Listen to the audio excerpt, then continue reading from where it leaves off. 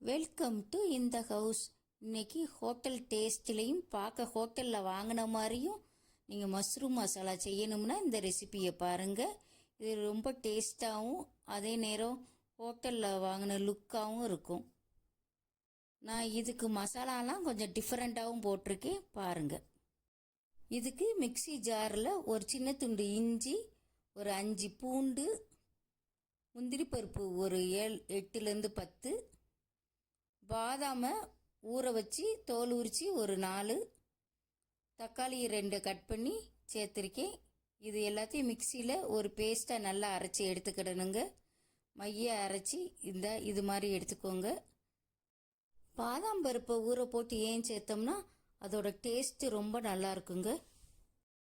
இதுக்கு 200 gram mushroom எடுத்திருக்கேன்.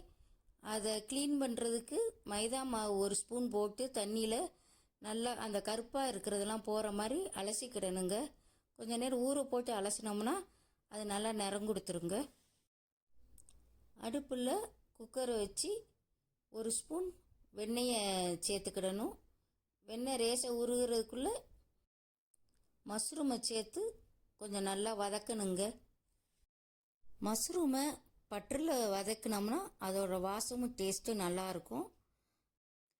இதெல்லாம் ஹோட்டல் டேஸ்ட்டாக வர்றதுக்குரிய சீக்ரெட்டுங்க. இந்த மஷ்ரூமோடு கொஞ்சம் மஞ்சள்தூள் சேர்த்து வதக்கிக்கிடணுங்க. மஷ்ரூம் வதக்கிறப்ப தண்ணி விடுங்க, ஆனால் தண்ணி வத்துற வரைக்கும் நல்லா வதக்கி விடணுங்க. இப்போ பாருங்கள், தண்ணி சத்துலாம் போய் நல்லா வதங்கிருச்சு பாருங்கள் மஷ்ரூம்.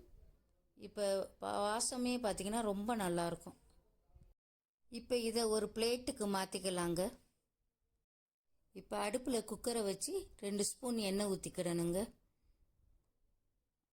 ஒரு பிரிஞ்சி இலை, ஒரு பட்டைத்துண்டு,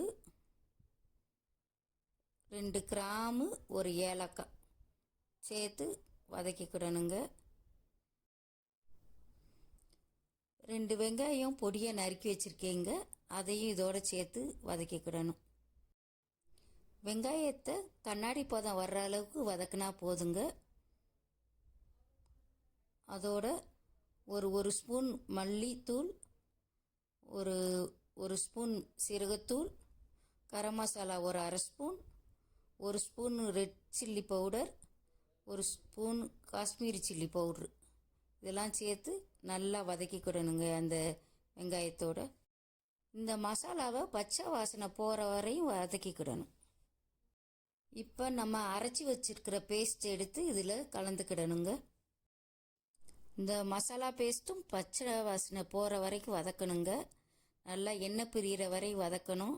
ஏன்னா நம்ம வதக்கிட்டு அரைக்கலை, பச்சையாக தான் அரைச்சோம். அதனால் இதுவும் எண்ணெய் பிரிகிற வரையும் நல்லா வதக்கிக்கிடணும். இப்போ இந்த ரெசிபிக்கு தேவையான உப்பை சேர்த்துக்கிடணுங்க. இந்த மசாலாலாம் வதங்கி கலர் எப்படி இருக்குன்னு பாருங்கள், நல்லா சூப்பராக இருக்கா. இப்போ நம்ம மஷ்ரூமை சேர்க்க போகிறோம். மஷ்ரூமையும் எல்லாம் சேர்த்து ஒன்று கிண்டி விட்டு கலந்து விட்டுக்கிடணுங்க. கிரேவியோட திக்னஸ்க்கு ஏற்ற மாதிரி நம்ம தண்ணி சேர்க்கணுங்க. மிக்சியை கழுவி 1 டம்ளர் தண்ணியும் அப்புறம் இன்னொரு டம்ளர் தண்ணியும் 2 டம்ளர் தண்ணி ஊற்றினோம்னா 300 ml தண்ணி சேர்த்தோம்னா திக்கு கிரேவியாக நல்லா வருங்க. எல்லாத்தையும் மிக்ஸ் பண்ணி நல்லா கிண்டி விட்டுக்கோங்க. இப்போ குக்கரை மூடி ஒரு 2 விசில் வைங்க.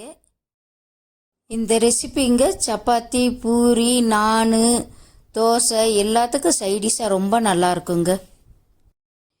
இந்த மாதிரி நல்ல ரெசிபியை நீங்கள் பார்க்கணும்னா என் சேனலை சப்ஸ்கிரைப் பண்ணிக்கோங்க, லைக் பண்ணுங்கள், ஷேர் பண்ணுங்கள்.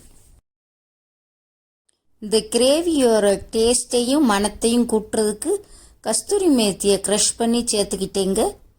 பாருங்கள் கிரேவி எவ்வளோ அழகாக இருக்குன்னு. டேஸ்ட்டும் சூப்பராக இருக்குங்க. செஞ்சு பார்த்து எப்படி இருந்துச்சுன்னு கமெண்ட் பண்ணுங்கங்க, லைக் பண்ணுங்கங்க, ஷேர் பண்ணுங்கங்க.